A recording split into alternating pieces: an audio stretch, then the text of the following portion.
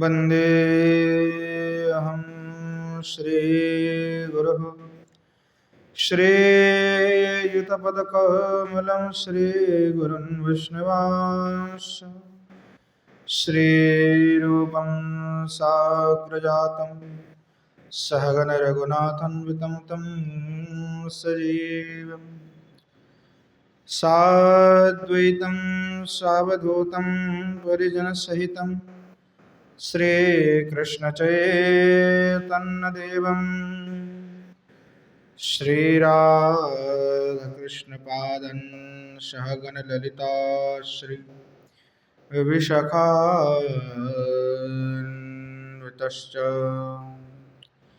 गौररामसमारम्भं ईश्वरं समध्यमाम् अस्मदाचार्यपर्यन्तं वन्दे गुरुपरम्पराम्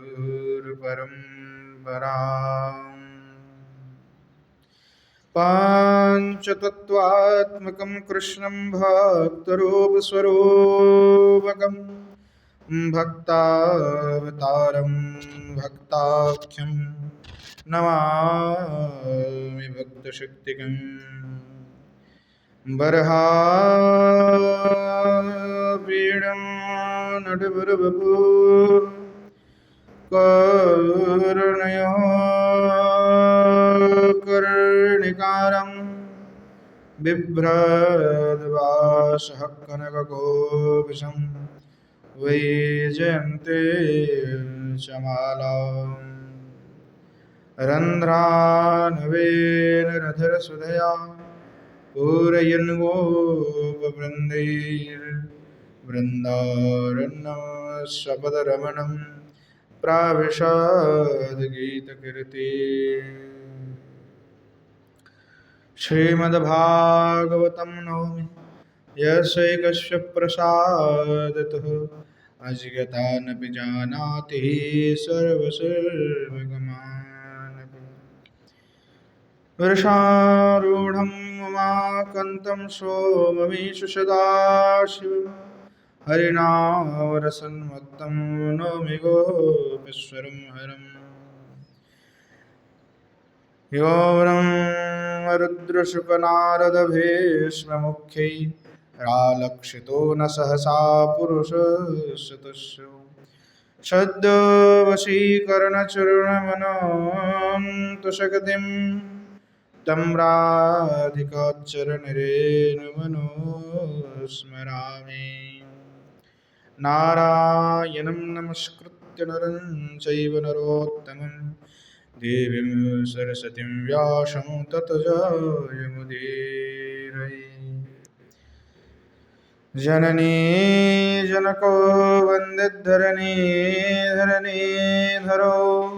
सन्तानवत्सलो पूजो सन्तनो कुशलार्थिनो श्रीरूपं साग्रजं वन्दे रघुनाथं कृपामयम् श्रीजीवं भट्टयुगं च शय्यनो सुखदायकम् येषां सहजस्निग्धानां पादरेणुमभीक्ष्णसा सर्वविघ्नविनाशाय शिरसा धारयाम्यहम् वृन्द्यायै तुलसीदिव्यै प्रियायै केशवस्य च कृष्णभक्तिप्रदे देवी सत्यवत्यै नमो नमः वाञ्छकल्पतरुभ्यश्च कृपासिन्धुभ्यैव च पतितानं पावनेभ्यो वैष्णवेभ्यो नमो नमः।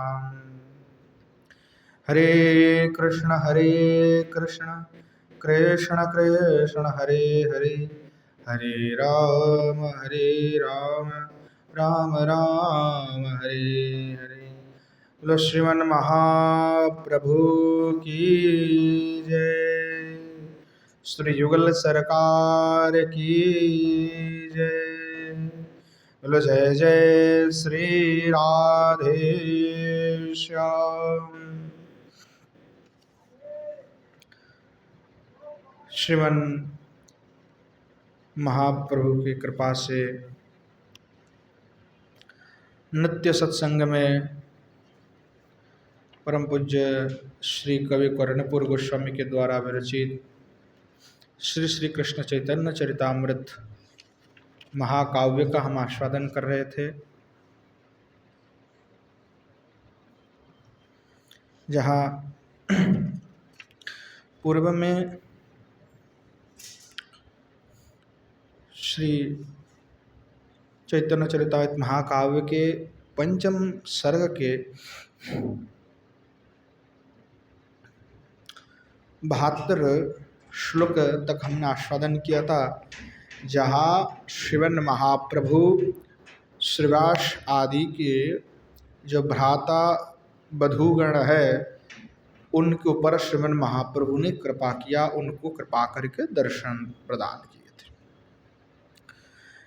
सब श्रीमन महाप्रभु के दर्शन करके भूमि में निबद्धित होकर के दंड जो है प्रणाम किए। श्रीमन महाप्रभु हर्षित होकर के सबको आशीर्वाद दिया, क्या आशीर्वाद प्रदान की उसका आस्वादन करते हैं। श्रीमन महाप्रभु को जब प्रणिपात कर किया सभी ने, तो प्रणाम करने के उपरांत श्रीमन महाप्रभु आशीर्वाद प्रदान कर रहे हैं। श्रीमन महाप्रभु कह रहे हैं,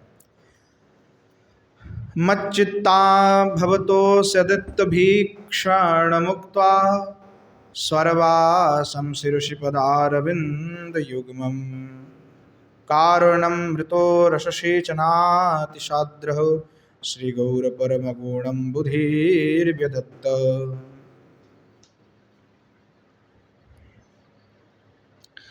अब कह रहे हैं कि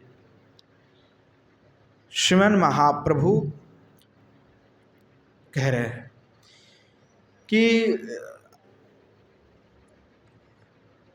सभी जो है मत परायण हो जाओ, ये कह कर के जो परम गुणम बुधिप्रदत्व तत्महागुण निधि श्री गौरहरि वहाँ श्रीमंत निवृंद के प्रति कारुण्यामृत रससेचन करते हुए आर्द्रचित्त होकर के उन सभी के मस्तक के ऊपर आपने श्री चरण कमल को अर्पण किया था, स्थापन किया था। यानी जो श्रीवास आदि की सहोदर श्रीवास के जो सहदार है, भ्रातृवधूबिंद है, उनको श्रीमन महाप्रभु ऐसे कृपा किया कि आपने जो श्री चरण कमल है उनके शीर में स्थापन किया, यानी पूर्ण रूप से श्रीमन महाप्रभु उनको कृपा किया।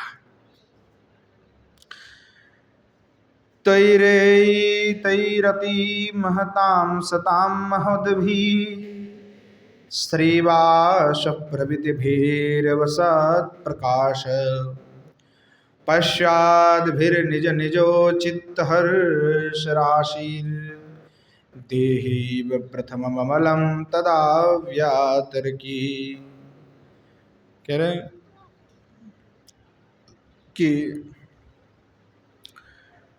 तैर महतां स्वतां महदभि श्रीवासाद प्रभृतिरेव स्वप्रकाश। उसके पश्चात क्या हुआ? महत और साधु जो है, महताम सताम महदभीर, जो महत है, साधुगण है, महत्तम है, उनसे भी जो श्रेष्ठ हैं, वहाँ श्रीवास स्वप्रकाशित जो श्रीमन महाप्रभु है, जो अपने स्वरूप को आज प्रकट किए हुए हैं, उनको देख पश्चात भीर निज निज चित्त हर्ष राशि, और श्रीमन महाप्रभु का दर्शन करके आनंदित हो गए। यह बोध होने लगे कि आज मानो सभी की हर्ष राशि, जो हर्ष है, आनंद है, उसका राशि मूर्तिमान होकर के हमारे सामने विराजमान हो रहे हैं। दहीव प्रथमम अमलम तदा विनक्ति। और इसी प्रकार सोचते हुए जो है आपस में ही सब वितर्क करने लगे, ये किस प्रकार के स्वरूप है, क्या ये आनंद मूर्ति है, क्या समस्त हर्ष की मूर्ति है, इस प्रकार जो है विचार करने लगे।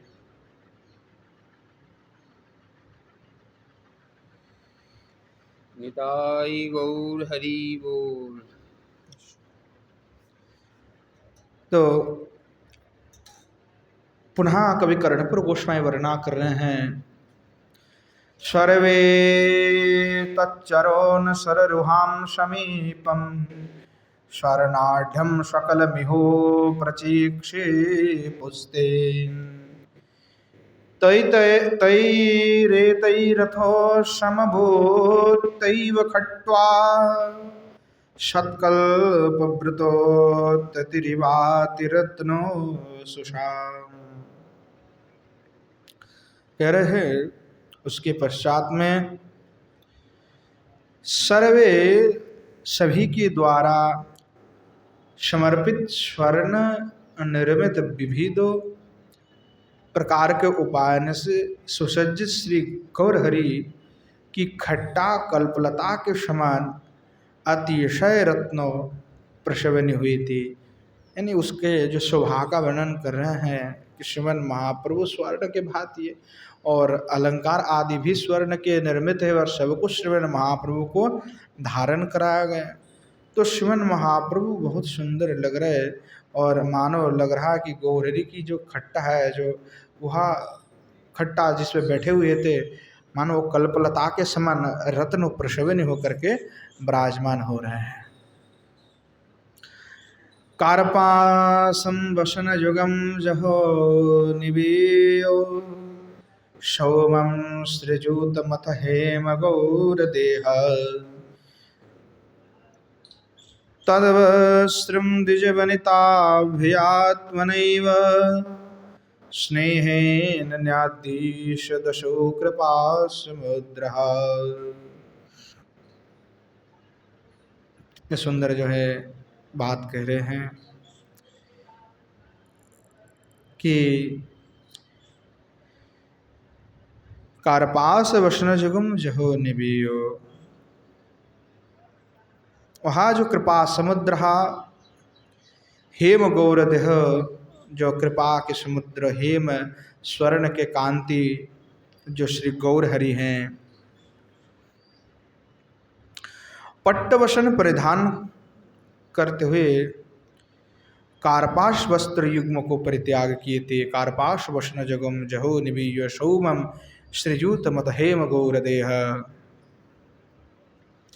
और आर्द्र चित्त से जो है तद्वस्त्रम द्विजवनिताभ्य आत्मनैव स्नेहेन न्याद सदृशो, द्विजवनिताओं को वहाँ जो वस्त्र है श्रीमन महाप्रभु ने पहले धारण किया था, वो वस्त्र प्रदान करने के निमित्त में अनुमति दिए थे। अर्थात जो श्रीमन महाप्रभु ने वस्त्र त्याग किया, जो पहले परिधान किए थे जो शुभ्र वस्त्र, उसको परित्याग करते हुए पट्टवसन को परिधान किया। तो वहाँ जो वस्त्र हैं वो जो सभी स्त्रियाँ आई थी, प्रणाम महाप्रभु किया, महाप्रभु ने उन सभी को कृपा किए, वहाँ वस्त्र उनको प्रदान करने के लिए श्रीमन महाप्रभु ने अनुमति प्रदान किया था। भूयोन्नच्छोचि वसनौ ददौ प्रसन्नः प्रासाद्यं निज परोम प्रियेभ्यो पर्यंक परिपरितो स्थिवान् विलासी सम्रेज सुविलासितानि तानि कुर्वन्। और कहने लगे कि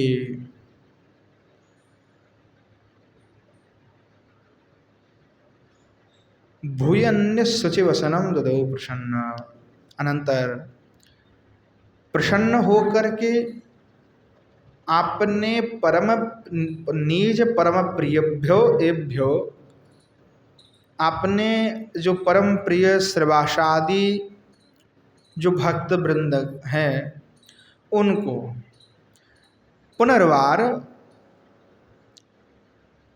भूय अन्यच्छुषि वसनम ददौ प्रसन्ना, प्रसन्नता के साथ में अन्य जो वस्त्र है वो प्रसाद स्वरूप अन्य जो पवित्र वस्त्र है वो उनको प्रदान किए थे।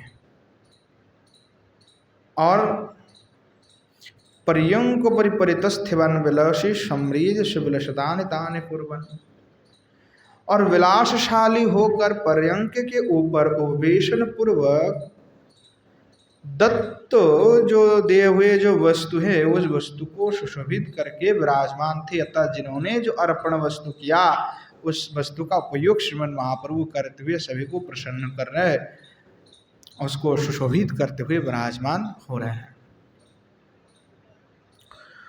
उत्सार्षण मनोलिप्तमेव भूयो संधत्ते मलयज पंकमेष्टगंधे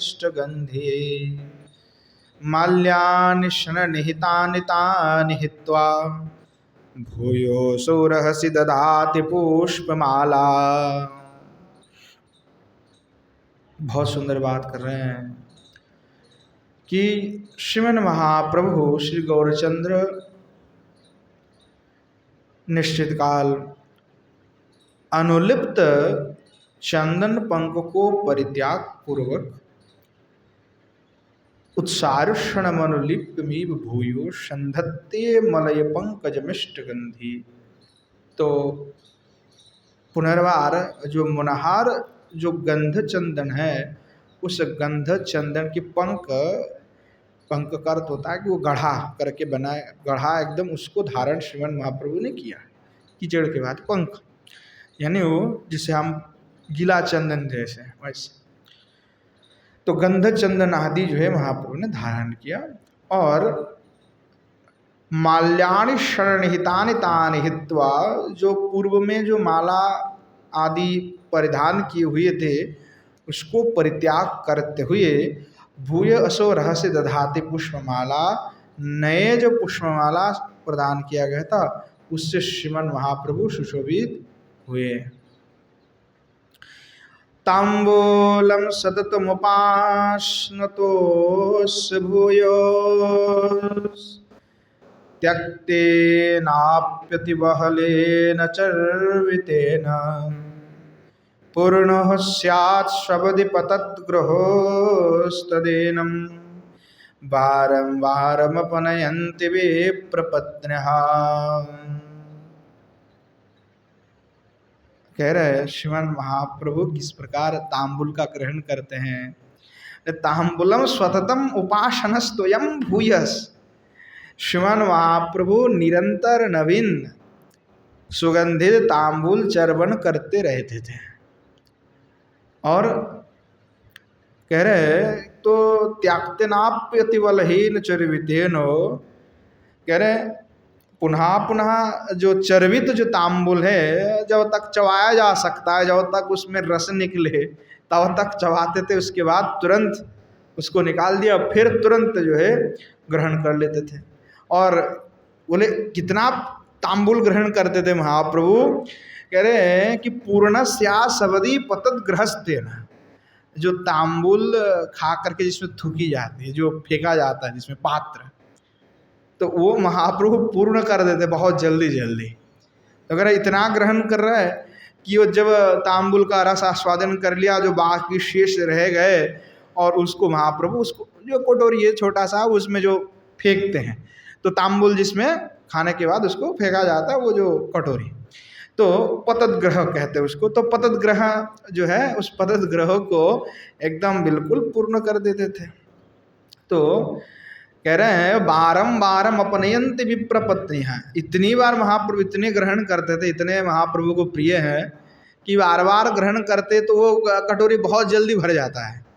और जब पतद्ग्रह जल्दी भर जाता है तो बारंबारम अपनयंति, बारंबार उसको फिर परिष्कार करना पड़ता था। तो विप्रपत्न्यः, जो श्रीवासादि की पत्नी है वो बार बार जो है उस पतत ग्रहों को परिष्कार करते थे, धौत करके ले आते थे कि नहीं, उसको स्वयं वही जो चर्वित तांबुल है उसका ग्रहण तो भक्तगण करते हैं, फिर खाली करके महाप्रभु को तुरंत दे देते हैं कि आप फिर उसका आस्वादन कीजिए। तो महाप्रभु को तांबुल जो है बहुत अधिक प्रिय है, इतना बारंबार श्रवण महाप्रभु इसलिए चर्वन कर रहे हैं। और कह रहे हैं, पुनश्च वर्णना कर रहे हैं, आग्रहेयं स्ववती विजिघ्रति स्मनाथो भग्यञ्च प्रतिबभूजि कृपा समुद्रः आदेयं यदोपि दधार स्वर्वमेवं गौरांगः विलसितं चकार भूयो। कह रहे आग्रहम शब्दी विजिघ्रति स्मनाथो भोग्यम प्रतिभुजी कृपा समुद्र। और वहाँ जो कृपा समुद्र दीन बंधु जो दयानिधि श्री गौरचंद्र जो आग्रहान उपजगी जो वस्तु है, आग्रहम स्वपति विजिघ्रति स्मनाथो भोग्यम प्रतिभुजे, तो जो आग्रहण जिसका किया जाता है, सूंघा जाता है, ऐसे जो वस्तु हैं, जो पुष्प है और सुगंधित जो वस्तु है, तो ऐसे श्रीमन महाप्रभु वही वस्तु का इत्र आदि का आग्रहण किए। भोग्यंच प्रतिभुज, और जो भोज्य वस्तु हैं जो खाया जाता है उसका भी महाप्रभु जो है भोज्य वस्तु को उन्होंने फिर ग्रहण भी किया। आदेयम यदोपि दधार स्वर्वमेव, इस प्रकार से अति विलास के साथ में श्रीमन महाप्रभु विलसितम चकार भी, सभी विलास पूर्वक सभी कार्य किए, इस प्रकार लीला श्रीमन महाप्रभु कर रहे हैं। योऽयं नृत्यतो झटितित्यथो कृपावा नद्दैत प्रभुपरमादिदेशधीरं तस्रोत्तमुदितमनाः स्वं महद्भिर्गायद्भिः शुकविवशैरसौ ननरत। तो श्रीमान महाप्रभु अब कह रहे हैं कि जो श्रीमन महाप्रभु हैं, प्रभुवरम आदिदेश धीरम, जो श्रीमन महाप्रभु है वो आज्ञा दे रहा है। किस प्रकार आज्ञा दे रहा है? योयम नृत्य तो झटती तथो कृपावान, अर्थात जो कृपावान श्रीमन महाप्रभु हैं, कह रहे आप सब जो है नृत्य कीजिए, संकीर्तन कीजिए, हरे कृष्ण महामंत्र का गायन कीजिए, संकीर्तन करते हुए जो है आप सभी नृत्य कीजिए। इस प्रकार जो श्रीमन महाप्रभु है आदेश प्रदान किया। वरम आदिदेश धीरम, जो विभूत है, धीर है, वो श्रीमन महाप्रभु को आदेश किया। किनको आदेश किया? अद्वैत प्रभु वरम, अद्वैत प्रभु को आदेश किया कि आप जो है संकीर्तन कीजिए, नृत्य कीजिए।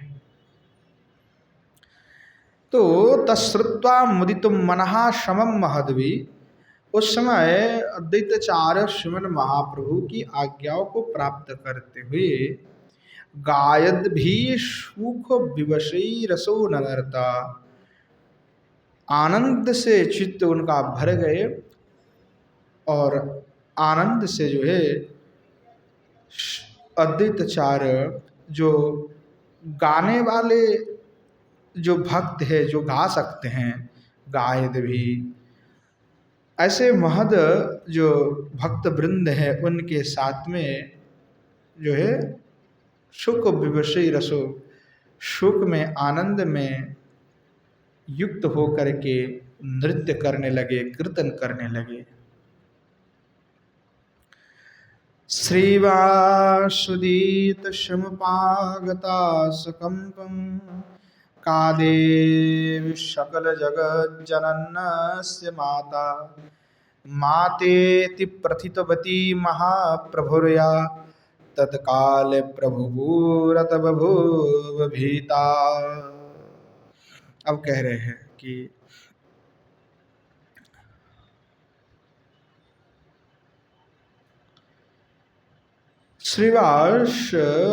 श्रीवासोदित समुपागताशकम, कह रहे हैं श्रीवास के जो अंगन है उसमें आई हुई, कौन आई हुई है?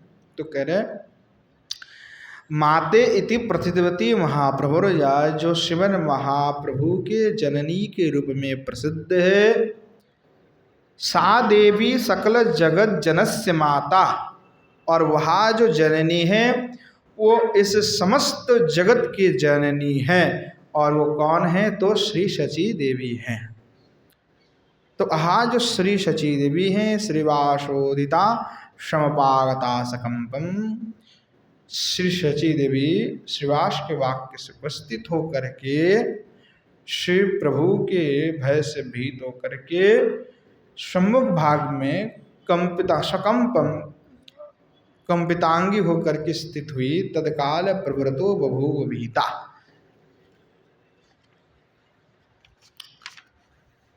तां दृष्ट स्वापदि महाप्रभुर्मुखावजं, तत्तेर्यपस्वाचकितमेव शामि चक्रे। त्वदृष्टहृदि समवाप्य दुःख्यमेष, श्रीवाससभयोमुवाच गौरचंद्रम। तो ताम दृष्टवा, श्रीमन महाप्रभु जननी को देख करके तत्क्षणात् सचकित भाव से महाप्रभु मुखावजम तत्तिर्यक, जो आपने मुखारविंद को अर्थ संकुचित किए, सचकित में शामि चक्रे। त्वदृष्टारिधि समवाप्य दुःखमेश, और वो देख करके श्रीवास दुखी हो करके सभयमुवाच गौरचंद्रम, शिव गौरचंद्र के निकट में सभय से निवेदन किए, समवाप निवेदन किए। नैवेदं परमदयस्य ते कृपालो, योग्याञ्च द्वयोमपि कुत्र ते भवामा।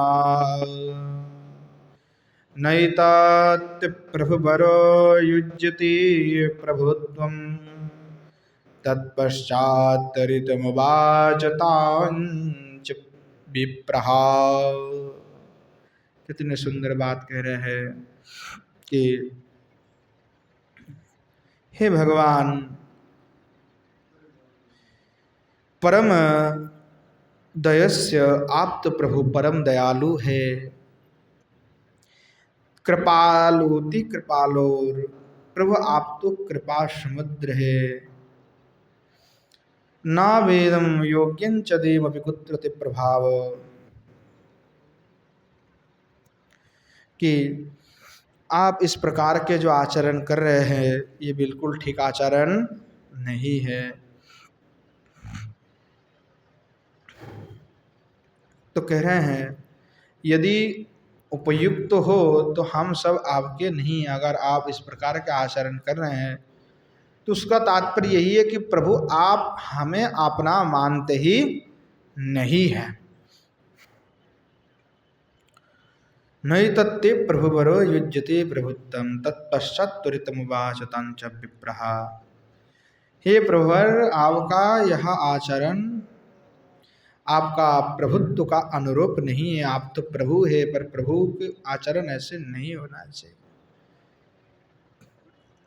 यह कहते हुए बाद में जो श्रीवास पंडित थे वो श्री शची देवी को कहे, आगच्छ प्रणाम निपत्त भूमि पृष्ठे, श्रुत्यैवं पुनरपि तां विलम्ब माता। नायं ते सुत एति नम्यतं निपत्यो, क्ष्मा पृष्ठे त्वरितमिति प्रियं जगाद। कहने लगे, हे माता, आप यहाँ आइए आगच्छ, और आकर के प्रणाम कीजिए। निपत्त भूमि पृष्ठे, तद भूतल में निपतित होकर के इनको प्रणाम कीजिए। किनको? श्रीमन महाप्रभु को। श्रुतिप पुनरुपी ताम विलंबमानाम, तो कह रहे कि जब कहा परंतु शची देवी सुन तो लिया, परंतु आने में थोड़ा विलंब हो गया। इसलिए श्रीवास पंडित पुनः कहने लगे, नायम तसुतो इति नम्यताम निपत्य, कि आप ये सोच रहे हैं कि ये आपके पुत्र है, इसलिए आप उनको प्रणाम नहीं कर रहे हैं। तो मैया आप यह सोच लीजिए, चिंतन कीजिए कि ये आपके पुत्र नहीं है। आप जो सोच रहे हैं ना कि ये मेरा पुत्र है, तो ये आपके पुत्र नहीं है।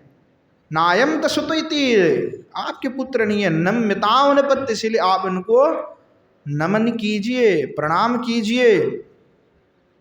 क्षमा पृष्ठ त्वरितमिति प्रियम जगाद, अर्थात शीघ्र ही आप भूपृष्ठ में जो है निपतित होकर के प्रणाम कीजिए। त्वरितम इति प्रियम जगाद, तो बहुत जल्दी छत्र कीजिए। अब बहुत जल्दी नहीं करेंगे तो फिर होगा नहीं, फिर प्रभु तो आपके ऊपर कृपा नहीं करेंगे। दो पहले भी एक और कह चुके, अभी और एक बार कह रहे हैं। क्योंकि महाप्रभु के सामने जब मैया आए तो महाप्रभु थोड़ा सा ऐसे मुंह टेढ़ा कर दिया, तो वो देख करके श्रीवास पंडित समझ गए कि महाप्रभु कृपा नहीं करना चाहता है। क्योंकि मैया का तो भाव यही है कि ये मेरा बालक है। जगत में ऐसा ही होता है, जगत में ऐसा ही होता है। ये तो भगवान है, इसके विषय अलग है। पर जैसे आप महान कोई व्यक्तित्व होता है तो उनके घर वाले उनको कुछ भाव नहीं देता है। आसपास के लोग होंगे या घर गृहस्थी के जो घर के लोग होंगे, रिश्तेदार होंगे, महत्व नहीं देते। वो कहता है अरे वो तो हमारे बालक है भाई, क्या जाने वो 2 दिन का छोरा है। लोग ऐसे ही समझते भी हैं।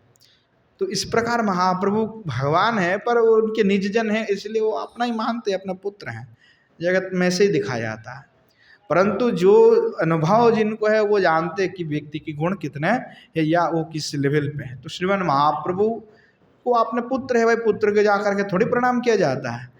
तो तभी श्रीवास पंडित जाकर के समझा रहे हैं कि भैया ऐसा ना समझो कि ये केवल आपके पुत्र हैं, या आपके तो पुत्र नहीं, ये तो स्वयं भगवान है। इसीलिए आप जो है भगवान मानकर ही, भगवत ज्ञान से ही इनको जो है प्रणाम करो, इनको जो है नमन करो। इस प्रकार भाव है। पुनश्च कह रहे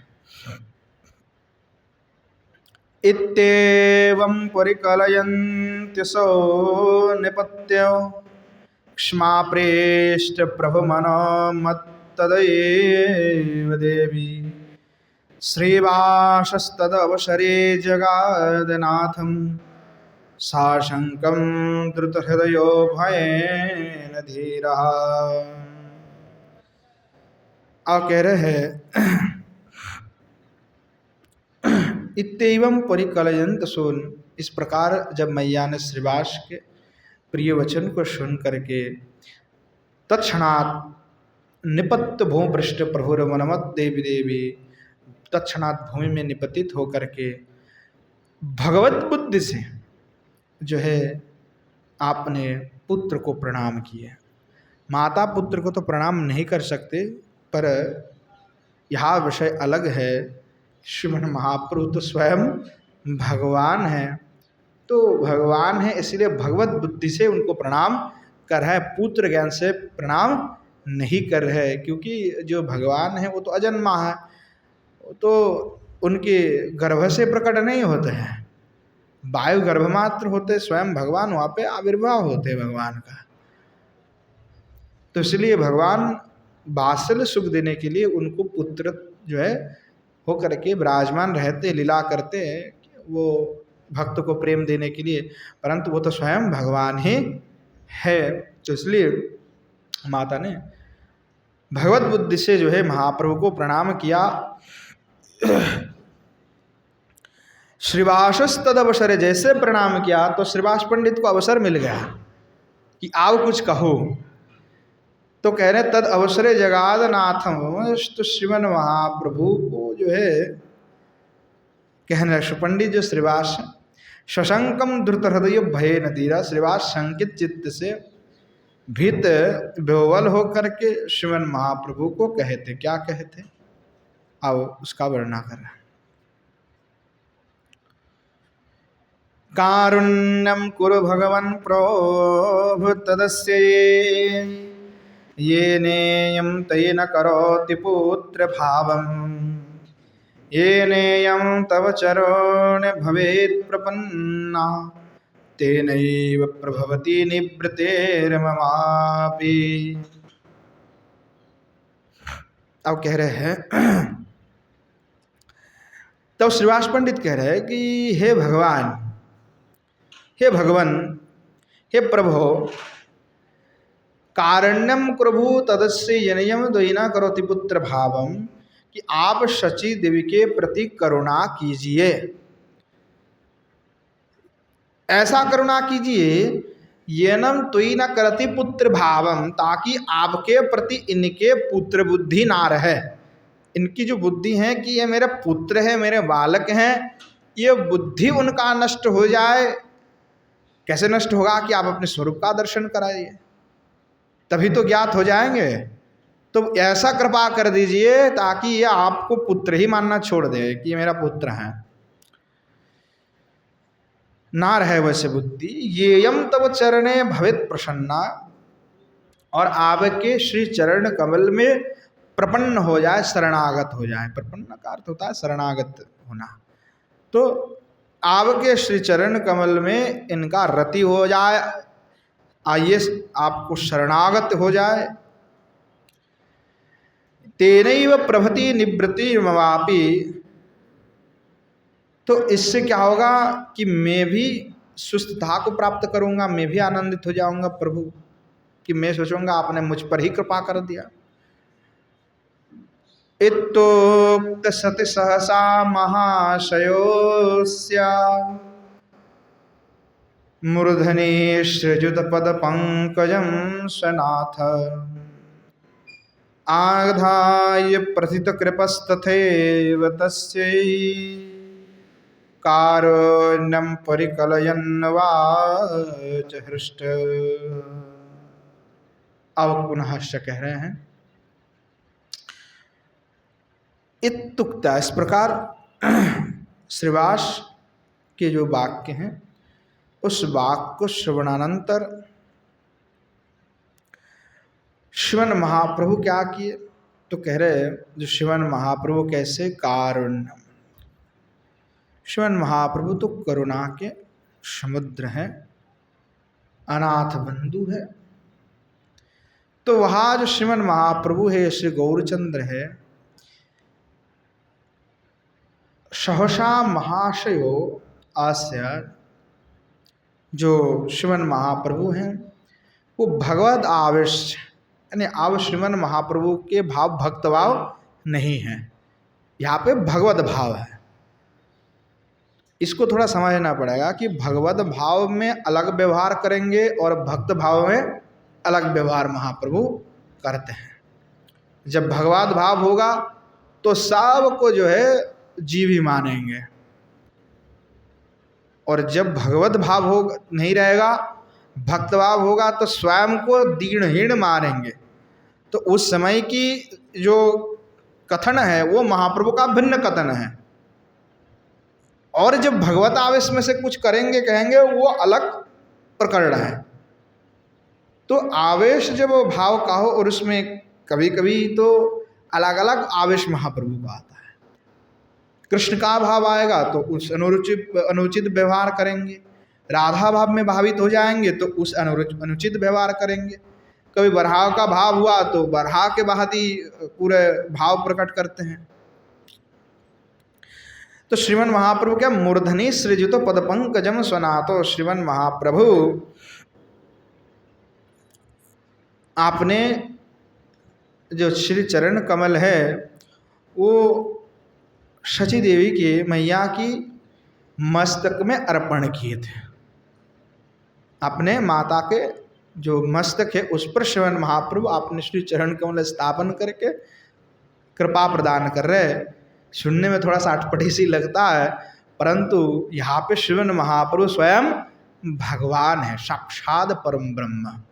तो जो स्वयं साक्षात परम ब्रह्म है वो तो जीवों को कृपाएं करेंगे।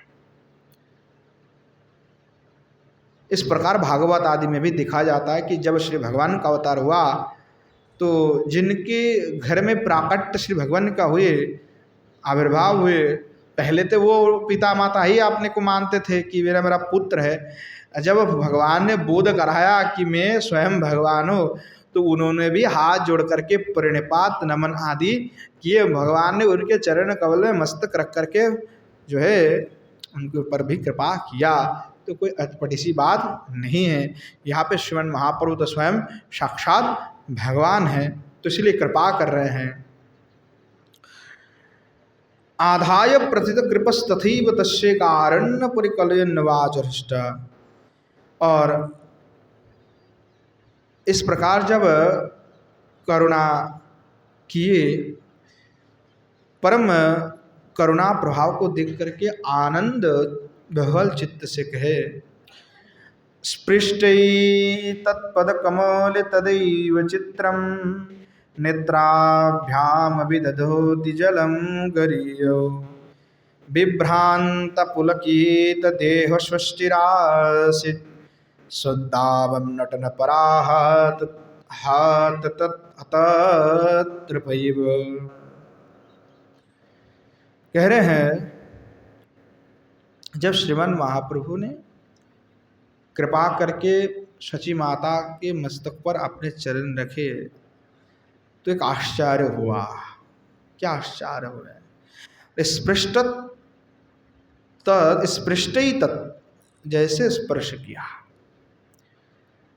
तद पद कमली तदीव चित्रम नेत्राभ्याम अभिदधति जलम गरीय, कि जैसे महाप्रभु ने अपने चरण कमल रखे उसके स्पर्श मात्र से ही मैया जो है श्री कृष्ण प्रेम में बिल्कुल विभोर हो गई और मैया के नेत्र युगल से अविरल नेत्र धारा निर्गत होने लगी।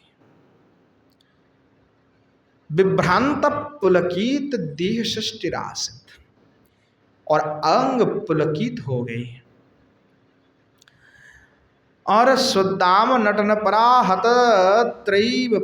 हतत्रपैव, और लोक लज्जाओं को छोड़ करके त्याग करके कृष्ण प्रेम में उन्मत्त हो करके एकदम उन्मत्त हो करके नटन को रहा, नेत्र करने लगी। कृष्ण कृष्ण कह करके आंसू बहाते हुए गदगद हो करके श्री शची मैया भी नृत्य करने लगे, कीर्तन करने लगे। एते स बहुविध चेष्टया प्रसह्य व्यवृता मुचिरमिवापचित्तिर्धैर्यम् क्रन्दन्ति नयन जलेन धौतदेहाम् स्वं भिन्ना सभयमसौ जगामगेहम्। उसके पश्चात क्या हुआ कि जो श्रीवास प्रभृति भक्तगण, श्रीवास आदि जो प्रभृति भक्तगण हैं वहाँ भक्तगण को विविध चेष्टा से उक्त भाव जो है, जो भाव शची देवी में उत्पन्न हुआ, उस श्रीवास आदि भक्तगण ने बने की चेष्टा किया कि इस भाव को शांत कराया जाए। तो बहुत प्रयास करने के बाद मैया की जो भाव है वो थोड़ा सा कम हुआ। इतिसा बहुविधु चेष्टा, श्रीवास आदि ने बहुत चेष्टा किया। प्रसह्य व्यावृतम मुचिराम चित्त धैर्यम, अर्थात उनके जो भाव था वो थोड़ा प्रशमित हुए और चित्त में थोड़ा धैर्य भी तब आया। क्रंदती नयन जलेन धौत देहा, और रोदन करते हुए नयनवारी से जो है धोतांगी हो करके संभिन्ना स्वभयमसो यगाम गेहम। भीत चित्त से जो है घर के अभ्यंतर में मैया जो है चली गई। श्रीमन महाप्रभु के स्पर्श से ऐसा दिव्य प्रेम का उदय हुआ, बिल्कुल तन्मय हो गए सब, मतलब विस्मृत हो गई, केवल यही कृष्ण कृष्ण रह गए और वही कीर्तन संकीर्तन में एकदम बिल्कुल डूब गई, मानो उनका जीवन ही बदल गया, इतने प्रेम उत्पन्न हुए। इसलिए भगवान के स्पर्श मात्र से ऐसे ही प्रेम होता है। सही में जो भगवान के प्रेम को पाया है वो दुनिया से कुछ अलग थलग ही पड़े रहते हैं, उसको कोई मतलब ही नहीं दुनिया में क्या चल रहा है नहीं चल रहा है, कि भाई मोदी आया योगी गया, उससे कोई मतलब नहीं है उसको, उसके संसार से कोई मतलब नहीं है कि संसार में किसकी प्रतिष्ठा हुई किसकी प्रतिष्ठा चली गई, कौन मर गया कौन जीवित है, उससे कोई उसको मतलब नहीं है। वो प्रेमी है तो भगवान के प्रेम में डूबे रहेंगे। संसार की जो प्रलय भी हो जाए तो उससे कोई मतलब नहीं है उसको, क्योंकि उसको पता है कि हमारा प्रलय कभी होने वाला है नहीं, कि हम तो अमर हैं, जो है प्रत्येक जीव अमर है। बोले आप ऐसे क्यों कह रहे हैं अमर है? भाई आप जब मर जाओगे आपकी शरीर ही छूट जाएगा, जब तक महाप्रलय होगा तो भी आप भगवान के पेट में ही चले जाओगे, जब पुनः भगवान सृष्टि करेंगे तो पुनः दोबारा आ जाओगे, तो आपको तो जाना आना रहेगा। आपकी नाश कहाँ हो रहा है? नाश नहीं है, आप तो अविनश्वर हो, आप परमात्मा के अंश हो।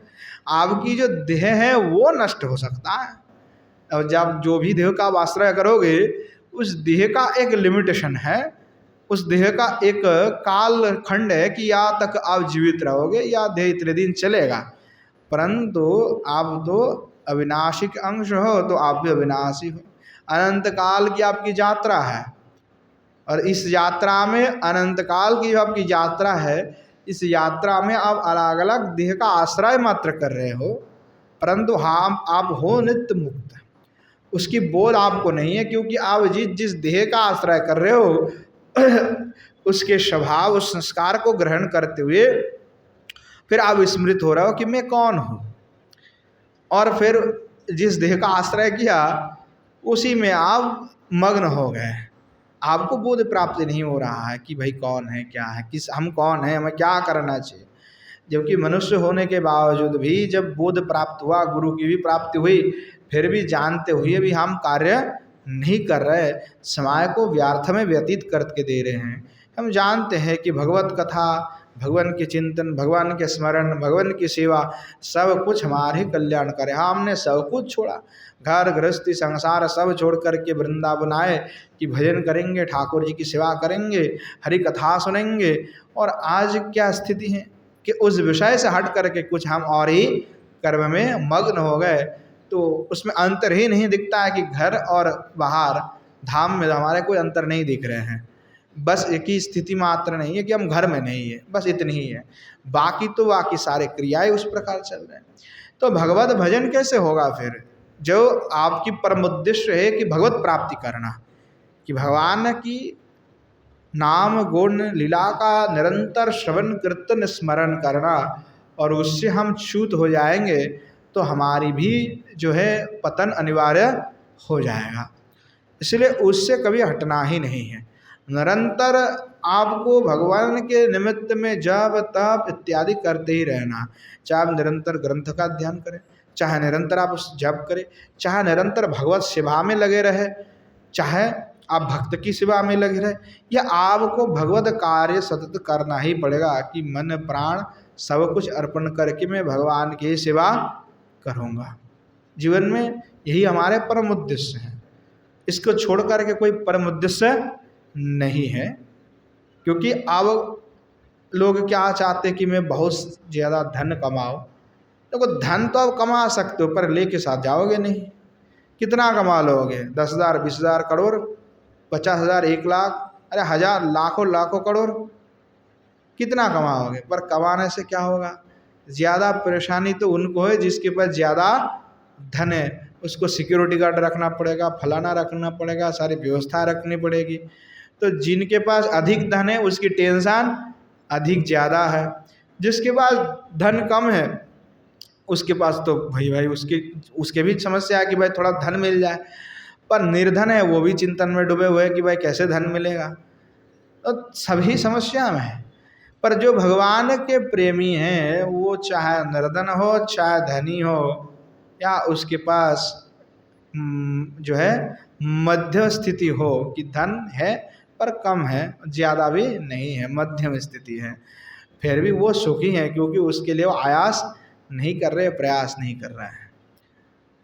क्योंकि भगवान के जो भक्त है वो विश्वास रखते हैं, क्योंकि भगवान स्वयं कहते हैं कि जो मेरा भजन करते हैं मैं उनकी भार वहन करता हूँ। गीता में स्वयं भगवान इस वाक्य को कहा कि योगक्षेम वहाम्यहम्, कि जो भी मेरा आश्रय लेते हैं, जो भी मेरा प्रपन्न है, शरणागत है, पूर्ण रूप से शरणागत जिसने लिया है, मेरे ऊपर सब कुछ छोड़ दिया है कि प्रभु मैं कुछ नहीं जानता, आपके सिवाय आपके श्री चरण कमल की भक्ति मात्र में कर रहा हूँ, मेरा कैसे चलेगा, पेट कैसे भरेगा ये प्रभु आप ही जानते हो, मैं उसके लिए कोई आयास प्रयास नहीं करूँगा।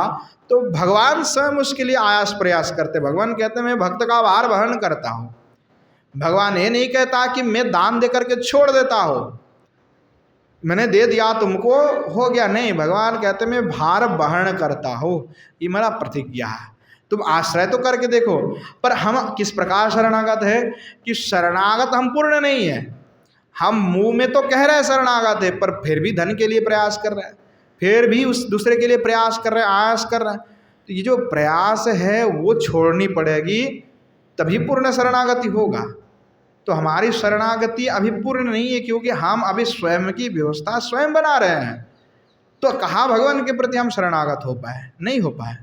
अगर होते तो हम उन प्रभु के ऊपर छोड़ देते कि प्रभु आप जो करोगे, हम तो आपके भजन मात्र ही करेंगे, जो भार आपको वहन करना है प्रभु वो आप ही करो। और भक्त को चाहिए क्या कि भाई 3 वक्त हमको जो है रोटी मिल जाए, चावल मिल जाए, दाल मिल जाए, बस इसी में हम प्रसन्न हैं प्रभु। और जीवन में जीने के लिए क्या चाहिए? भगवान भजन करना है और उदर पूर्ण करने के लिए थोड़ा अन्न मिल जाए, और बाकी तो हमारा भगवत भजन करना है।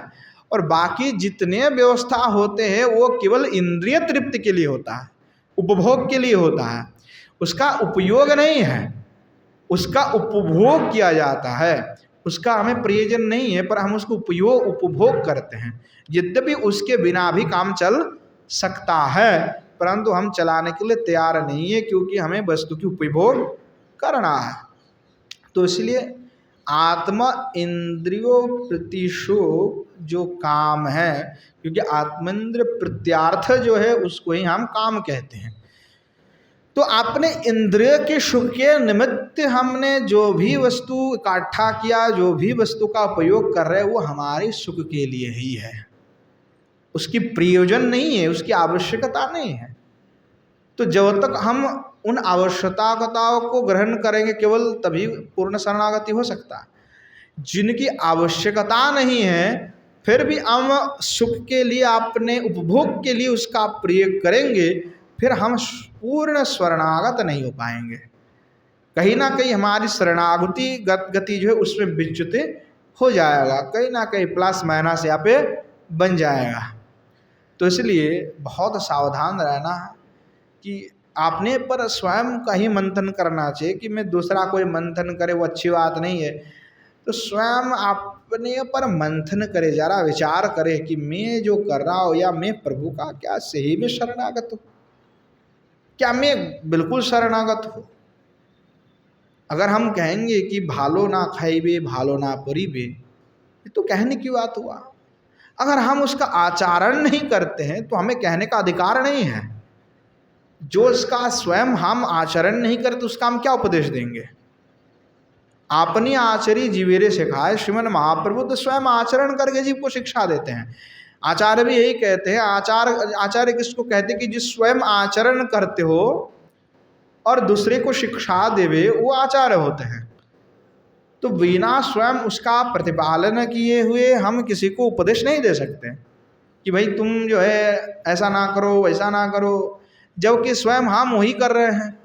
तो उस उपदेश देना व्यर्थ हो गई। वो तो हमने केवल शास्त्र की बात केवल मात्र छेड़ दिया, तो उससे कोई फायदा नहीं है। तो भगवान के भजन किस प्रकार से हो उस विषय में स्वयं का आत्ममंथन करना चाहिए। दूसरा कहेंगे तो बुरा लगेगा। दूसरा जब कोई कहेंगे आग दिखा करके, अंगुली दिखा करके भी आपकी कार्य ठीक नहीं है, तो आपको बुरा लगेगा, उसके ऊपर फिर आपकी मनोवृत्ति खराब हो जाएगा। तो इसलिए आप स्वयं आचार्य की ग्रंथ को देख करके स्वयं अनुसंधान करो कि मैं किस प्रकार आचार्य की मार्ग पर चल रहा हूँ कि नहीं चल रहा हूँ। अगर मैं नहीं चल रहा हूँ, इसका तात्पर्य ये हो जाएगा कि भगवत प्राप्ति से हम वंचित हो जाएंगे, क्योंकि आचार्य ने तो यही कहा कि इसी मार्ग पर चलते हुए हमको भगवत प्राप्ति होगा।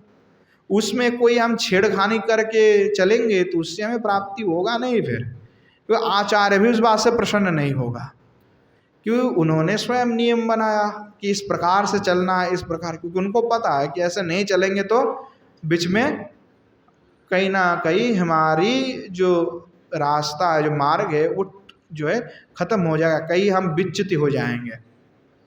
इसलिए उन्होंने इस प्रकार की मार्ग बनाया, क्योंकि व्यक्ति किसी ना किसी छोटे मोटे विषय में जब आबद्ध हो जाता है फिर उसकी कल्याण नहीं हो पाता है। जड़ भरत जी कितने सुंदर भजन कर रहे थे, इतने बड़े महान पुरुष, महाचक्रवर्ती सम्राट, सारे भोग्य वस्तु का उन्होंने उपभोग किया और उसके पश्चात सब कुछ त्याग करके एक पर्णव कुटीर में आश्रय लेकर के भगवत भजन कर रहे थे, नित्य नैमित्तिक नियम कर रहे थे।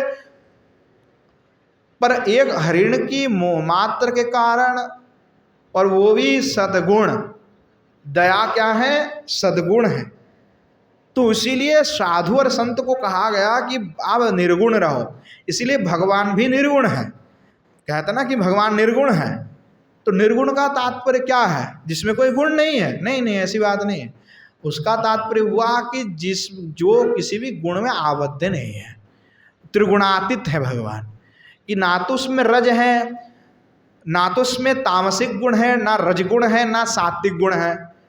इसके ऊपर विचार करो कि श्रीमद् भागवत महापुराण में जो है 11 स्कंद में बात आता है कि ऐसे कुछ सिद्धांत हैं। बलि प्रथा कर चलता है, बहुत सालों से चलते आ रहा है, वैदिक नियम है। कई लोग उसको कहते कि नहीं काल्पनिक, नहीं, आपने वेद आदि शास्त्र का अध्ययन नहीं किया, इसीलिए आप उस पर आपको ज्ञान नहीं है। प्राचीन काल से बलि प्रथा है और वेद में इसका उल्लेख है। ऐतरेय उपनिषद आदि में 5 प्रकार की बलि होता है।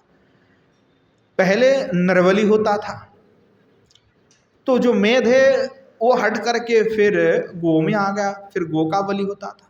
उसके बाद भैंस का बलि होता था, उसके बाद बकरे का होता था, उसके बाद ब्रूही में आया। क्योंकि ये जो 4 की जो पहले बलि होता था वो क्या था, अपराध था, ब्रह्म हत्या का पाप भी लगता था। भले उसको जीवित कर दिया जाता था, उसको शक्ति से जीवित भी कर दिया जाता था, पर होता था। पर आचार्य ने सोचा कि भाई ये ठीक नहीं, कि उसके ब्रह्म हत्या का पाप लगेगा, तो उन्होंने उसको ब्रूही में लेके आया। ब्रूही यानी धान में लेकर के आया, चाल जिसको कहते चावल। कई लोग जो है सस्य, विभिन्न मूंग की भी बलि होता है, उड़द की बलि होता है, अभी अलग अलग प्रकार की, पर वो आया ब्रूही में, सस्य में आ गया। तो वो वेद में विधान है, और वो कोई करता भी है तो उसमें हम ये नहीं कह सकते तुम मत करो, नहीं कह सकते। क्यों नहीं कह सकते? भगवान ने 2 मार्ग बनाए कि प्रवृत्ति मार्ग और निवृत्ति मार्ग। और प्रवृत्ति मार्ग और निवृत्ति में श्रेष्ठ कौन है? निवृत्तिश्च महाफलम। जो निवृत्ति मार्ग है वो सबसे श्रेष्ठ है। पर ऐसा ये नहीं है कि प्रवृत्ति मार्ग बिल्कुल खराब है। प्रवृत्ति मार्ग भी, उसका प्रवृत्ति मार्ग में भी आचरण करके जीव निवृत्ति में आएगा, पर उसके लिए उसको समय चाहिए। मानो कि जंगल में रहने वाला व्यक्ति जिसको कोई भगवत ज्ञान नहीं है, जो जानता नहीं है कि कोई भगवान होता भी नहीं है, उसमें कोई एक देवताओं को जानता है कि उड़ान फुड़ान किसी कोई एक देवता की नाम है, उसको जानता है। आप दक्षिण भारत में जाओगे अलग अलग देवता आपको मिलेंगे, तो उसको इतनी पता है कि भाई ये देवता होता है और उसको जो भी करना है उसको चढ़ा के करना है। तो वो क्या करता है कि भाई वो तद वस्तु का बलि चढ़ाता है, और वो बलि जिसने चढ़ा दी वो कैसे चढ़ाया कि भाई शास्त्र में है चढ़ाने की बात, उसने चढ़ाया तो उससे उसका थोड़ा बहुत उसको पुण्य मिला। अपराध तो लग रहा है पर थोड़ा बहुत उसको पुण्य मिला। भले ही वो तामसिक प्रवृत्ति मार्ग है, तो भगवान ने कहा कि भाई जो घनघोर प्रवृत्ति मार्ग वाले हैं फिर भी उसका वो पालन करेंगे तो उसको थोड़ा थोड़ा पुण्य होगा, और वो पुण्य जिस दिन बड़ा संचित हो जाएगा तो वो उसके ऊपर भगवत कृपा होगी, साधु संत की कृपा होगा, तो उसका वो परिवर्तन हो जाएगा। ऐसा बहुत बार देखा गया कि जो बंगाल क्षेत्र से आते हैं उनको पता है कि बंगाल में बहुत छाग बलि होता है। पहले काली मंदिर है, क्योंकि बंगाल जो है, आसाम, त्रिपुरा, ये सब जो है ये क्षेत्र है तंत्र आदि के, तो उसमें तंत्र आदि के सिद्धांत अधिक प्रचलित हैं। तो अभी भी होता है, पर बहुत मंदिर है जहाँ पे वो लगभग बंद हो चुका है, क्योंकि लोगों को भी ज्ञात पड़ चुका है कि भाई ये ठीक बात नहीं है। वो कैसे पता चला? सालों से कर रहे थे, उन्होंने किसी संत को, साधु को बुलवाया, उसने आकर के उपदेश दिया कि भाई ये करना सही नहीं है। तो पहले तो तामसिक मार्ग में थे, पर अभी उसकी उत्तीर्ण कहाँ पे हो गई? रज को भी छोड़ दिया, वो अब सात्विक में आ गए। कुछ लोग सात्विक हो गए, कुछ लोग अभी भी राजसिक में हैं, पर तामसिक उनको छोड़ गया। तो कैसे हुआ कि प्रवृत्ति से वो निवृत्ति आ गया। तो आप मार्ग को निंदा नहीं कर सकते क्योंकि वो शास्त्र में है। तो निंदा करने से पहले हमको विचार करना पड़ेगा कि शास्त्र में है, हम उसकी कैसे निंदा कर दें। तो है, पर भगवान इसलिए कह रहे हैं, एकादश स्कंद में उद्धव को कहते हैं कि देखिए उद्धव जी, तामसिक मार्ग मेरा प्रिय नहीं है, मैं उसको पसंद नहीं करता हूँ, परंतु वो भी मैंने एक द्वार खोल के रखा कि जो तामसिक प्रवृत्ति के लोग हैं वो भी कम से कम थोड़ा बहुत पुण्य करते हुए वो भी आगे बढ़ सके, उनको भी कृपा मिले। इसलिए मैंने इस प्रकार विधान कर दिया कि कम से कम भगवान के पास तो आए, कम से कम मंदिर पे तो आए, कम से कम मेरा दर्शन तो करे, तो उससे भी तो उसको पुण्य मिलेगा। तो इसलिए ये मार्ग बनाए हुए। तो भगवान त्रिगुणातीत हैं, ना तो वो रजगुणी है, ना तो तमगुणी है, ना तो सात्विक गुणी। उसमें देवता के भी 3 प्रकार होते हैं, राजसिक देवता, तामसिक देवता, सात्विक देवता, इसकी भी प्रकरण है। तो जिनके प्रवृत्ति सात्विक है वो सात्विक देवता की उपासना करते हैं, जिनके अंदर रजसिक है वो राजसिक देवता का उपासना करते हैं, जो तामसिक है वो तामसिक देवता का उपासना करते हैं। वो व्यक्ति के प्रवृत्ति से वो इस प्रकार से ऑटोमेटिकली वो व्यक्ति करते जाते हैं, उसकी एक स्प्रिया होती है उन देवता में, किसी के तंत्र के प्रति अधिक रुचि होता है। तो कोई भी मार्ग का हम निंदा नहीं कर सकते, क्योंकि जो वेद में है उसकी हम निंदा नहीं कर सकते। तो जो शास्त्र में, कई बार हम लोग ही शास्त्र के उल्लंघन करके कुछ और विषय कर रहे हैं। जैसे मानो कहे गए कि भाई मूली खाना बिल्कुल निषेध है, हरि भक्ति विलास में कहा है कि बैगन जो खाना से हरि भक्ति तक नहीं होता है। क्या हम बैगन को भोग नहीं लगा रहे हैं? क्या भगवान को नहीं प्रदान कर रहे हैं जबकि शास्त्र में निषिद्ध है? क्यों कर रहे हैं? कि भगवान पूर्व आचार्य ने उसको दे के आया, महाप्रभु को भी प्रिय, तो भगवान के प्रिय तो भोग लगा करके हम प्रसाद पा रहे हैं, जबकि वो शास्त्र में नहीं है। फिर भी बलि तो शास्त्र में है, तो उसका अगर कोई पालन करेगा हम उसकी निंदा नहीं कर सकते, परंतु वो तामसिक प्रवृत्ति है, तामसिक है, इसलिए भगवान को वो प्रिय नहीं है। परंतु हम कोई जीव की बलि नहीं कर रहे हैं, तो इसीलिए हमें उसमें कोई अपराध नहीं है, भगवान को देकर के प्रसाद पा रहे हैं। तो भगवान के जो वाक्य हैं, चाहे वो तामसिक हो, चाहे राजसिक हो, चाहे सात्विक हो, 3 ही ग्राह्य, पर उसमें उत्तम अधम मध्यम का विचार होता है। तो भगवान कैसे हैं? तो त्रिगुणातीत हैं, वो ना तो सात्विक में आबद्ध है, ना तो तामसिक में, ना राजसिक में। इसीलिए हर भक्त को कहते हैं कि लोग कई कहते हैं कि भाई सात्विक बनो, सात्विक तो बनेंगे पर सात्विक गुण में आबद्ध नहीं रहना, तामसिक को छोड़ना है, राजसिक को छोड़ना है, सात्विक की आश्रय लेना है, पर सात्विक में आबद्ध नहीं रहना है। क्योंकि आबद्ध रह गए तो दया सात्विक गुण था, और इसलिए जड़ भरत दया करते हुए भी हरिण के मोह में जाकर के फंस गए, और भाई उनको क्या हुआ? भगवत प्राप्ति नहीं हुई, बेचारा को हरिण बनना पड़ा कि नहीं, फिर दोबारा जन्म लेनी पड़ी। तो उस प्रकरण में आचार्य ने टीका लिख करके कहा कि भाई सात्विक गुण है, अच्छा है, परंतु उसमें आबद्ध नहीं होना, क्योंकि कई बार सात्विक गुण ही आपके आबद्ध का कारण बन सकते हैं, आसक्ति का कारण बन सकते हैं, इसीलिए गुण में आबद्ध नहीं है। इसीलिए वहाँ जो निर्गुण भगवान हरि है, उनके भक्त भी निर्गुण होते हैं, वो कोई गुण के आबद्ध नहीं है, इन सबके परे है। तो इसलिए जो श्री भगवान के जो प्रेमी होते हैं वो इतने तन्मय हो जाते हैं कि संसार की सारे भोग विलास आदि वस्तु को वो परम रूप से सब त्याग कर देते हैं। अब जितने भी भगवान के भक्त हुए पूर्व में आप देखे तो उन्होंने किस प्रकार परम वैरक्ति का प्रकाश किया, कितने विराग हुए, सारे भोग वासनाओं को उन्होंने परित्याग कर दिया। चाहे आप जड़ भरत की बात कह लो, जड़ भरत जी की तो चरित्र क्या कहे, वो तो स्वयं ऐसे घूमता था, भाई खाना मिल गया तो खा लिया, नहीं मिला तो नहीं खाए, उनको कोई मतलब नहीं है। जितने भी भगवान के भक्त तपस्या किए, कितने कठोर तपस्या किए। हमारे लिए तो कलयुग में साधना बहुत साधना कम कर दी गई है। अगर हम लोग सत्य युग में होते तो मुझे लगता है कि भगवत प्राप्ति कभी सोच भी नहीं सकते थे, क्योंकि ना तो हम उतने कठोर तपस्या कर पाते हैं। पता है उतने कठोर तपस्या कि भाई एक पैर में खड़ा होकर के तपस्या कर रहे हैं, कुछ ना खाना पीना, शरीर जो भाई कीड़ा काट के खा जा रहा है, और हम बैठे हुए जब तपस्या कर रहे हैं, ध्यान कर रहे हैं। भाई इतनी आसान नहीं था वो। और आज क्या है, नाम मात्र भगवान ने दे दिया कि आप नाम मात्र का ग्रहण कीजिए, इससे आपकी कल्याण हो जाएगा। फिर भी आज क्या हो चुका, नाम को व्यवसाय बना ली गई। भागवत कथा दे दिया, भगवान ने कहा कि मैं भागवत रूप में विराजमान रहूंगा, और हम क्या किए, बोले कि ठीक है प्रभु, आपको लेकर के बिजनेस करते हैं। बताओ, भागवत कथा की विक्रय नहीं हो रहा है। तो जहाँ भगवान की कथा विक्रय होगा वो कथा व्यथा ही है। भगवत कथा कोई विक्रय के विषय नहीं है। जो प्रेमी है, सुखदेव गोस्वामी ने कोई दक्षिणा नहीं लिया, या परीक्षित जी महाराज से कोई सोने की अंगूठा चेन नहीं मांगा था कि भाई कथा सुना दूंगा तो मुझे ये वस्तु देना पड़ेगा। वो तो अचानक आए और कथा करके स्वयं फिर चले भी गए, कोई अपेक्षा नहीं रखा। तो जो भगवान के भक्त हैं, परम भक्त हैं, तो भगवान कथा को प्रेम से कहते हैं, गाते हैं, कीर्तन करते हैं, वैसे वो उसका कोई मतलब नहीं है। तो ये परम प्रेमी है। तो हमें स्वयं का विचार करना है कि बैठे कि भाई मैं क्या आचार्य की जो सिद्धांत के, आचार्य की जो मार्ग है, क्या उस पार में चल रहा हूँ, या मुझे कहाँ कमी हो रहा है। मैं 20 साल 25 साल 30 साल वृंदावन में हूँ, फिर भी मुझे कोई अनुभव नहीं मिल रहा है। हमने खूब नाम किया, खूब भजन किया, क्या हमें भगवत दर्शन हुए, हमारे शरीर में क्या पुलक हुआ, अष्टसात्विक विकार उत्पन्न हुए, कभी हमने इसका ध्यान दिया कि हमारे रम रोम भी नाम लेते हुए क्या सीधे हो गए, क्या हमने भी खूब आंसू बहा है, हमारे भी क्या कंठ गदगद हुआ। ये स्वयं को विचार करना पड़ेगा। अगर नहीं है तो उसका अनुसंधान करना पड़ेगा, कारण कि क्यों नहीं है, कहाँ कमी रह गया, क्या ऐसा है जिसको हमें परिवर्तन करना है, जिसके परिवर्तन से हमें अनुभव होगा, हमें भगवत कृपा होगा। तो वो स्वयं व्यक्ति विचार करें कि भाई कहाँ मुझे कमी हो रहा है, कहाँ कमी खल रहे हैं। तो जहाँ जहाँ कमी खले देखे, उस कमी को फिर हमें दूर करना पड़ेगा, क्योंकि समय ज़्यादा नहीं है।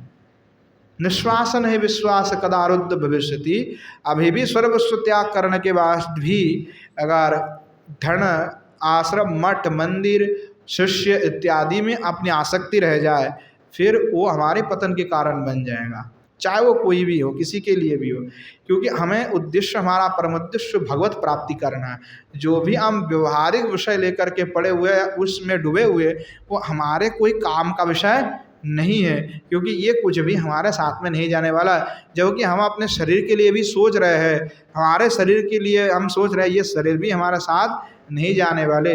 तो हम सोचे किसके बारे में, तो कहते हैं अनुक्षणम श्री कृष्ण ध्यायेत, अनुक्षण निरंतर श्री भगवान कृष्ण की ध्यान करो, भगवान की ही दिव्य लीला का स्मरण करो। ग्राम्य कथा विगात, ग्राम्य कथा को नहीं सुनना है, दूसरे कोई चर्चा नहीं करना है, केवल भगवत विषय लेकर के ही चर्चा करना है। तो कह रहे कि श्री मैया को जो है महाप्रभु ने कृपा कर दिया, और मैया इतने प्रेमी हो गए कि रोते रोते कंठ गदगद हो गए, शरीर पुलकित हो गए। हाँ कृष्ण कहते कहते मैया जो है नैनवार से धोतांगी होकर के आपने गृह के अभ्यंतर में चली गई। और पुनश्च कह रहे हैं श्रीमन महाप्रभु किस प्रकार विराजमान हो रहे हैं। उन्नीत प्रथमो सरोज पत्र नेत्रो गौरांग पर विलास वन कृपवान जामिन विगत कृशोद व्यामवत्यास तदयामद्वय मनाय तथा विहारे। कह रहे जैसे विकसित कमल है, उसी प्रकार विकसित स्वरज पत्रवत नयन और परम विलासवान जो श्रीमन महाप्रभु कैसे है, तो कृपावान वह कृपालु श्री गौरांग देव। यामिन्नम विगत कृषद व्याम अवत्या, यानी दो प्रहर जो रात्रि हैं वो गत होने पर विगत निद्र होकर बाकी जो प्रहर है स्याद यामद्वयम अनयत तथा विहारे, और बाकी प्रहरदय जो है बिताने के लिए भक्त के साथ में विराजमान होकर के श्री कृष्ण कथा आलापन करते हुए पूरी रात्रि श्रीमन महाप्रभु बिता दिए। केवल रात भर क्या चला, तो कृष्ण कथा चला कि दो प्रहर हो ही गए रात्रि का, अर्धरात्रि। बाकी रात्रि भी क्या करे, तो बोले कि चुप ही नहीं रहे, भगवान क्या कि भक्त संग में कृष्ण कथा करते हुए आलापन करते हुए, यानी 24 घंटा ही भगवत कथा से श्रवण करना है।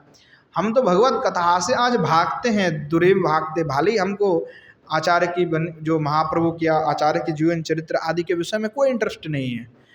आज जो है उसमें कोई रुचि नहीं हो रहा है कि जाकर के गोविंद लीला में तक ध्यान करें या उज्जैन लीलमणि का संबंध में आस्वादन करें। भक्ति रसामृत सिंधु उज्जैन लीलमणि तो कोई देखना भी नहीं चाह रहा है, क्योंकि उतने सिस्टम में बोलते क्या है उसमें, लीला केवल सुनेंगे। तो सिद्धांत रूपी औषधि का पान नहीं करेंगे तो लीला नहीं दृढ़ हो पाएगा, भगवत भजन मजबूत नहीं हो पाएगा।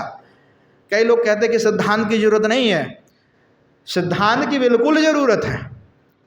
अगर आप सिद्धांत नहीं जानोगे आपकी भजन ही नहीं हो पाएगा, आप स्थिर नहीं हो पाओगे। जैसे हम गौड़ीय संप्रदाय के हैं, हमारे तो स्वकीय भजन नहीं है, हमारे तो परकिया है। अब परक्रिया रस पे हमारी भजन है।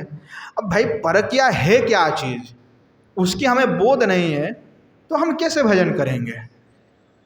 कई लोग जो है बाल गोपाल को भजना करते हैं, जबकि हमारी दीक्षा हुई किसमें, मंजरी स्वरूप में। भजन हम किसके कर रहे हैं, बाल गोपाल की। तो ये तो पूरा गड़बड़ हो गया। हमारे गुरुजी मंजरी स्वरूप में भजन करते हैं, हमने उनसे दीक्षा लिया, हम बाल गोपाल की भजन कर रहे हैं। फिर महाप्रभु के भी हम भक्त कह रहे हैं, तो सिद्धांत कुछ अटपटा सी हो गया कि श्रीमन महाप्रभु पूरे जीवन क्या प्रदान किए कि भाई आपको राधा कृष्ण की उपासना करना है, और रस कौन सा है, परक्रिया रस में, माधुरी रस में आस्वादन करना है।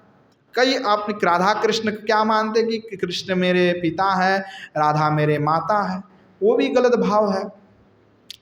तो हम लोग जब गोपाल देव जी को प्रणाम करते, कि गोपाल को प्रणाम करते हैं, तो वो गोपाल का अर्थ क्या होता है, जैसे मंत्र होता है गोपाल मंत्र। तो कई बार लोग कहते हैं गोपाल मंत्र यानी वो बालक हैं गोपाल, नहीं। गोपीनाम पालयितारमति गोपालः, जो गोपियों को पालन करता जो है वो गोपाल है। और वो गोपाल कौन है, तो जो द्विभुज मुनिधर कृष्ण है, जो किशोर स्वरूप में विराजमान हो रहे हैं। तो सिद्धांत की बड़ी आवश्यकता है, नहीं तो हम भटक जाएंगे।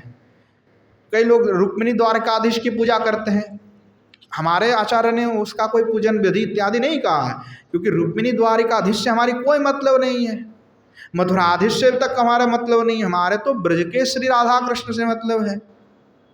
श्रीमन महाप्रभु का सिद्धांत क्या है, तो श्रीनाथ चक्रवर्ती पाद, आपने ही जो भागवत जी की टीका है, उस भागवत जी की टीका में तो श्रीनाथ चक्रवर्ती पाद जो है स्पष्ट करते, और ये प्रसिद्ध श्लोक है, बहुत लोग उसको विश्वनाथ चक्रवर्ती पाद के नाम से जानते हैं कि विश्वनाथ चक्रवर्ती पाद ने लिखा है, पर अपितु श्लोक जो है श्रीनाथ चक्रवर्ती पाद ने लिखा कि आराध्य भगवान ब्रजेश तनय स्तुधाम वृंदावनम रम्य काशिदुपशना ब्रज वधुवर्गेन या कल्पिता शास्त्रम भागवतम पुराणममलम प्रेमुपमार्तम महान श्री चैतन्य महाप्रभुर्मतमिदम तत्रादरो न परहा।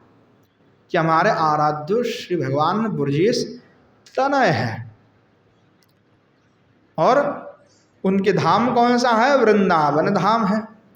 और उपासना कैसे है, जो ब्रज के वधूवर्ग ने जिस प्रकार की उपासना किया, उस भाव में ही हमारी उपासना है, वही भाव का आश्रय हमें ग्रहण करना है। और शास्त्रम भागवतम पुराणम अमलम, जो अमल भागवत महापुराण है वही हमारे लिए परम शास्त्र है। और प्रेम उपमार्थ महान, हमारी आकांक्षा क्या है, पुरुषार्थ क्या है, प्रेम प्राप्ति करना।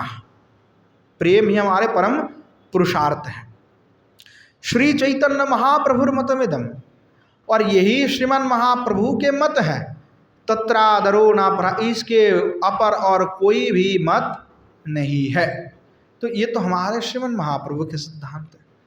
तो सिद्धांत को काट करके हमारी भजन नहीं हो सकता। इसीलिए सिद्धांत को जान करके, लीलाओं का आश्रय लेकर के, गुरु वर्ग से व्यावहारिक उसका ज्ञान लेकर के फिर हमें भजन करना होगा। इसीलिए यह परंपरागत जो है शिक्षा है, बिना परंपरा के उसका बोध प्राप्ति नहीं हो पाता है, परंपरा आवश्यक है। तो कह रहे इस प्रकार श्रीमन महाप्रभु की वर्णन आया कि कितना श्रीमन महाप्रभु पान खाते हैं, तांबुल इतना खाते हैं महाप्रभु, ग्रहण करते हैं कि जो तांबुल फेंकने में जो पात्र है पतत ग्रह, वो भर जाता है थोड़े थोड़े देर में। तो श्रीवास आदि की जो पत्नी है वो बार बार उसका परिष्कार करते हैं कि महाप्रभु कितने तांबुल चर्वण कर रहे हैं। तो पूरे रात्रि तो इस प्रकार महाप्रभु कृष्ण कथा कर रहे हैं और पान चबाते हुए तांबुल बार बार ग्रहण करते हैं, और जैसे थोड़ा रस खत्म हो गया तो उसको फिर कटोरी में फेंक दिया, फिर दोबारा उनको दिया, फिर वो फर ग्रहण किया और फिर कृष्ण कथा चल रहा है। तो कह रहे आश्लेषैकतिश्च तथैष काश्चिदन्या नाचुम्बिस्तदनु चर्वितुस्तथान्यत् इत्येवं परमकृपानिधिषु तृप्तान् चक्रे सद्विलसितलीलया महत्या। तो कह रहे आश्लेषी यानी भक्त को जो है प्रेम से आलिंगन महाप्रभु प्रदान कर रहे हैं, और कष्टि कथी कति च तथई स काशिदन्या, दूसरे को जो है किसी को आलिंगन प्रदान कर रहे हैं और किसी को क्या दिए, नाचुम्बस तदनुच चर्वितस तथन्यान, जो चर्वित जो श्रीमन महाप्रभु के तांबुल है वो अपने भक्त को जो श्रीमन महाप्रभु प्रदान कर रहे हैं, चबा करके तांबुल आदि जो भी और भी महाप्रभु जो वस्तु ग्रहण कर रहा है वो जो है भक्तगण को प्रदान कर रहे हैं। इस प्रकार श्रीमन महाप्रत्येवम परम कृपानिधि, इस प्रकार परम कृपानिधि जो श्री गौर हरि हैं, सुतृप्तान पूर तृप्त हो करके, सुतृप्तान तृप्त किए किनको, भक्त आदि को, चक्रे सद विलसित लीलायाम हत्या, इस प्रकार से श्रीमन महाप्रभु अपने लीला विलास के द्वारा, महत जो लीला विलास के द्वारा जो है इस पूरे रात्रि को पार किया और भक्त को भी जो है आनंद प्रदान किए। इस प्रकार इत्येवं पुनरपि देवतालयेषु संगत क्षणमभूत स्थितवान् विरेजे, तत्पश्चादति करून क्रमात् चतुर्णां भ्रातॄणामपि चतुरो गृहान् जगाम। तो कह रहा है इस प्रकार श्रीमन महाप्रभु पुनः दिवालय में प्रविष्ट होकर संगत क्षणम अवस्थितवान विरजे, क्षण काल जो है वहाँ पर अवस्थित होकर के शोभायमान हुए। तत्पश्चात उसके पश्चात में अति करुणामय जो श्रीमन महाप्रभु हैं वह क्रमा चतुर्णम भ्रातॄणाम, विक्रम से श्रीवास के जो 4 भाई हैं उनके साथ में प्रत्येक के घर घर में श्रीमन महाप्रभु गमन करके सबको कृपा प्रदान किया। तो इस प्रकार से जो है श्रीमन महाप्रभु जो है लीला कर रहे हैं। तो आज समय भी हो चुके हैं, तो आज यहीं पे विश्राम देते हैं। आगे श्रीमन महाप्रभु की और भी किस प्रकार लीला कर रहे हैं, श्री कवि कर्णपुर गोस्वामी उसका वर्णन कर रहे हैं, तो आगे उसका भी हम आस्वादन करेंगे। आज यहीं पे विश्राम देते हैं। प्रेम से बोलिए जय जय श्री राधेश्याम निताय गौर शतनत प्रेमानंद हरि हरि बोल। श्री युगल सरकार की जय, श्री युगल सरकार के समस्त पार्षद वृंद की जय, श्री वृंदावन धाम की जय, धाम में विराजमान सभी संत वैष्णव भक्त वृंद की जय, श्री यमुना मैया की जय, श्री गिरिराज गोवर्धन की जय, बोलो श्रीमन महाप्रभु की जय। श्रीमन महाप्रभु के समस्त पार्षद वृंद की जय। श्री नवद्वीप धाम की जय। धाम में विराजमान सभी संत वैष्णव भक्त वृंद की जय। श्री गंगा मैया की जय। बोलो श्री षड़ गोस्वामी पाद की जय। श्री कवि कर्णपुर गोस्वामी पाद की जय। श्री कृष्ण चैतन्य चरितामृत महाकाव्य की जय। श्री पंडित बाबा की जय। श्री कृपा सिंधुदास बाबा जी महाराज की जय। श्री विष्णु बाबा जी महाराज की जय। श्री राम गोपाल दास बाबा जी महाराज की जय। श्री गिरिंद्र बिहारी लाल की जय। भागवत निवास की जय। आज के हरि कथा की जय। हरि कथा में पधारने वाले सभी संत वैष्णव भक्त वृंद की जय। आपन आपन गुरु गोविंद की जय। बोलो जय जय श्री राधे श्याम। निताय गौर शतनत प्रमानंद हरि हरि।